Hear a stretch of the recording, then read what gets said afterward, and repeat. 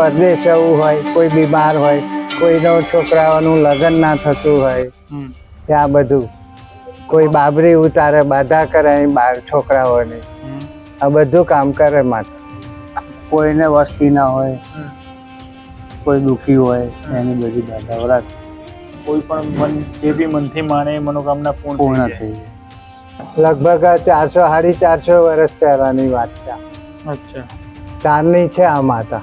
અચ્છા, અને તમામના કામ પૂર્ણ કરે. હા, અને ગમે તે પોતાના વિશ્વાસથી બાધા રાખે, હાડીની કે બંગડીની કે ચવાણાની, નારિયેળની, તમારું કામ પૂરું થઈ જાય એટલે તમારે બાધા કરી જવાની, બસ, બીજું કઈ નહીં. નમસ્કાર દર્શક મિત્રો, બિહાઇન્ડ ધ સક્સેસમાં આપનું સ્વાગત છે. આજે આપણે આવ્યા છીએ સોજિત્રા તાલુકાના ધોરીકુઈ ગામે. ધોરીકુઈ ગામના સમડાવાળા ચુડેલ માતાજીના મંદિરના દર્શને. આ નાનકડી એવી ડેરી છે જે મૂળ સ્થાનક છે. આ શ્રી સમડાવાળી ચુડેલ માતાજીનું મંદિર જે કહેવાય છે, આ એનું આ મૂળ સ્થાનક છે. અને અહીંયા આગળ વિવિધ માનતાઓ લોકો રાખતા હોય છે. હવે આપણે અંદર સીધા જઈએ મંદિરની અંદર, જ્યાં આગળ આ માતાજીનું મૂળ સ્થાનક આપણે બતાવ્યું. હવે ત્યારબાદ જે સ્થાપના કરી છે એ મંદિરનું આ મેન બીજું સ્થાનક જે કહેવાય છે, ત્યાં માતાજીની અહીંયા મૂર્તિ છે. ત્યાં આગળ માતાજીને સાડી શણગાર વિવિધ વસ્તુઓ અર્પણ કરવામાં આવે છે. સાથે જ અખંડ દીવો તમે પેલી બાજુ ખૂણામાં જોઈ શકો છો. અખંડ દીવો સતત પ્રગટતો રહે છે. અને અહીંયા માતાજીને લોકો વિવિધ આસ્થા સાથે, વિવિધ મનોકામના સાથે જે પણ માનતા રાખે છે, બાધા રાખે છે, પૂર્ણ થતી હોય છે. એ ગામનું નામ છે આમ તો જય શ્રી સમડાવાળી ચુડેલ માતાજીનું મંદિર.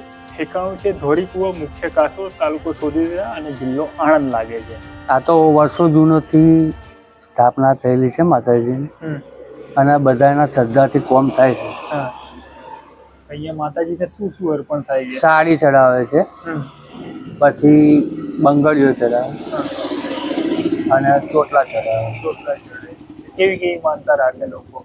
જેને જેવી માનતા હોય.